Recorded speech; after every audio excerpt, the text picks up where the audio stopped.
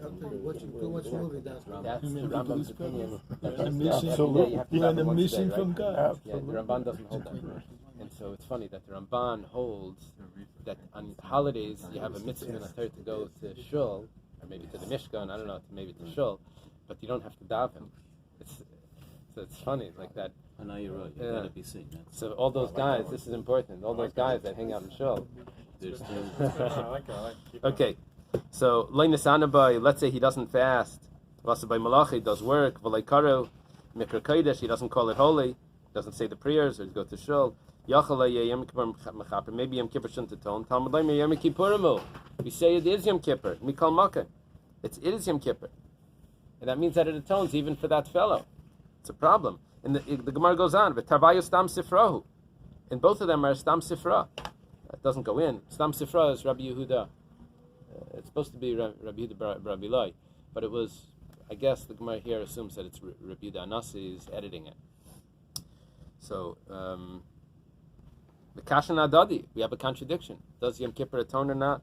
Rabbi like Kasha. Bais says not a problem. Ha Rebbe Alibadi Rabbi Yehuda, Ha Rebbe Alibadi Day.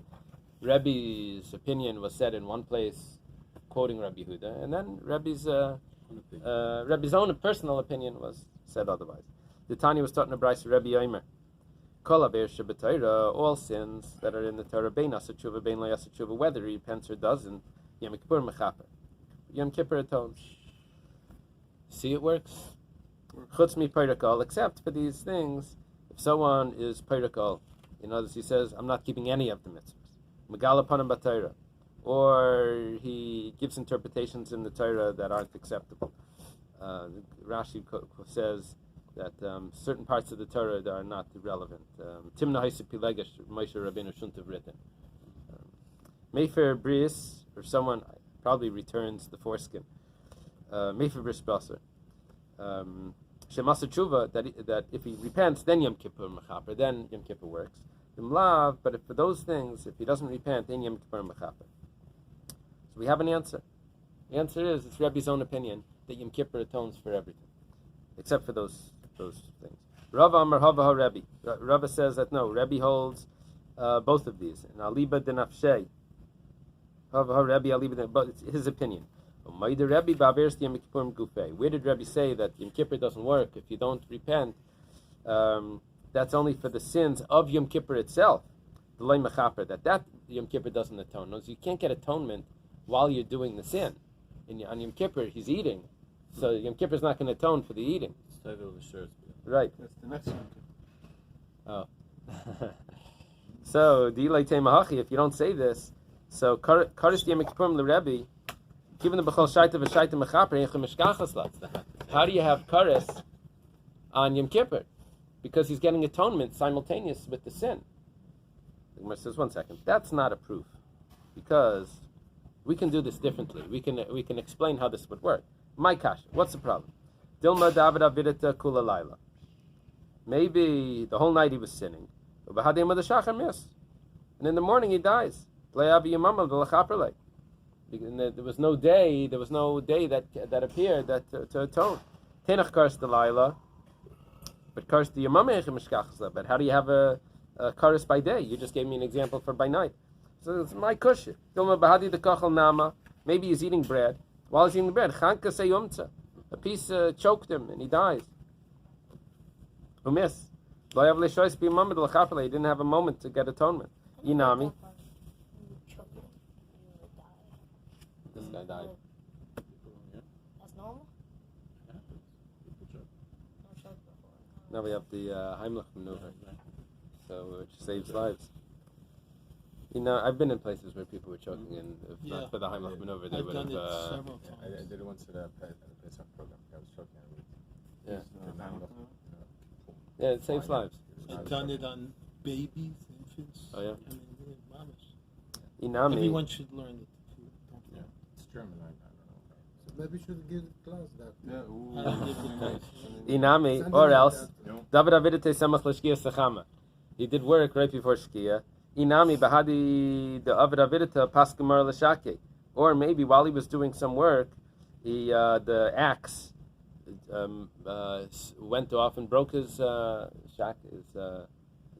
Hit him in the thigh, I guess. Mason, he died.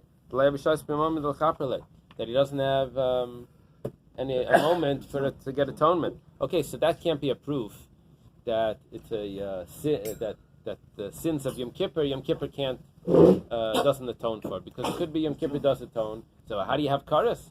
Well, he died before he had the atonement of Yom Kippur. He died in the middle of the act. Okay. Chum say also someone that curses God. Also someone that curses God doesn't have the sacrifices. That's what we're saying here. We said Asham Tali. Chutzman Amatame Mikdash HaKadosh doesn't have an Asham Tali because he has a carbon Eily. And Chacham singing to Avodah Zarah? Megadif, there's a machlekes here what it is, but it's either someone that curses God or someone that actually worships idol. There is such a thing as that he's only singing. There is such a thing as well. What do you have in the translations? Didn't we earlier have the machlokes of, or say something about speech was yes, not a exactly. That's this case. So my Megadif Shem by Meiser Rabbanan Shamal Rabbi Akiva. What's going on over here is the rabbis heard Rabbi Akiva teaching the Mishnah. The Tani Bal Oiv, Tani Yudaini. He taught that Bal Oiv, doing this sort of sorcery or magic, is gets the prohibition, but Yudaini doesn't have that prohibition because Yudaini was putting something in his mouth and it would start to talk on its own, so there was no action there. There was some sort of witchcraft, right? Amalei Maishnad Lemaisi Carbon. Why is it that you don't bring a sacrifice? It must be because there's no action.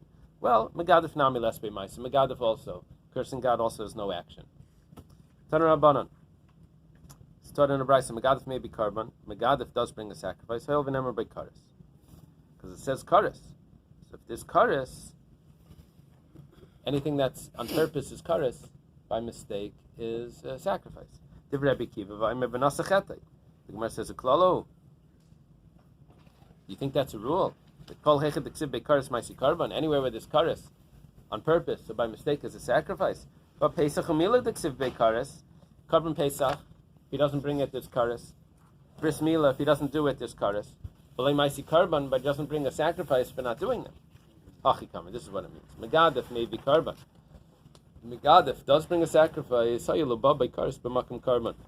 Because where's the rule of Megadif? It's written in the parsha of Avodah Zarah where it says what type of sacrifice you bring for Avodah Zarah. And over there it says that there's kares by Megadif.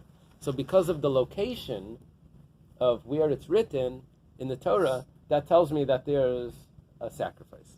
Divrei Rabbi Kiva, that's Rabbi Kiva's opinion. Kasavar. Migu debai michtav kares ba'alma, uksiv kares b'makam karban, shmarmina maisi karban. He says, because it could have said kares anywhere in the Torah, this rule, but it says it in the place where we're talking about karbanas.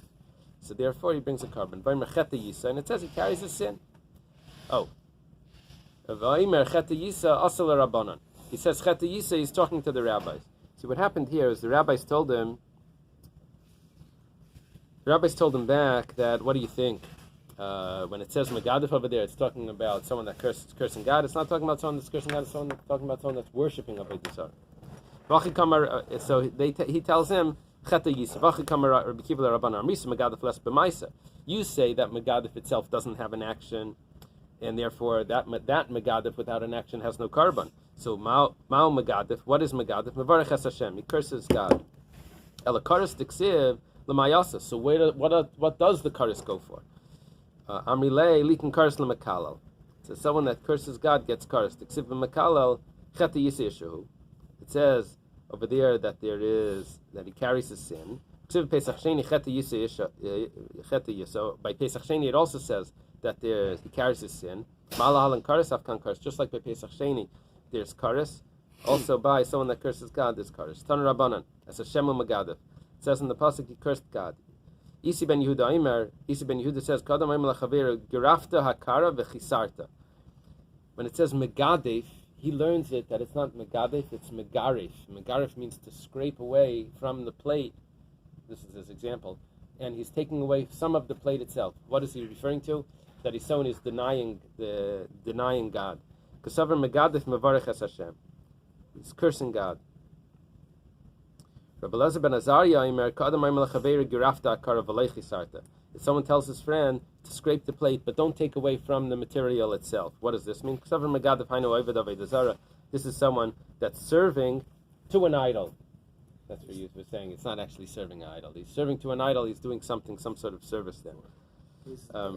Shem Hashem is על הצלחת או שזה רק החומר? It's just the food that you have. No. Nothing to do with Hashem. No, he was using a parable to explain how much he's denying God. That's a mashal. Is he taking away? Is he denying the existence of God, or is he just doing something else? Tanya Yidach es Hashem, u'magadef Rabbi Elazar ben Azariah ba'ived avodah zara kasem medav v'chomer m'loi ba kasem v'litin kares l'mavarech Hashem. It's machlekes here what it's referring to. It's referring to denying God or cursing God, or is it referring to doing a service in front of an idol?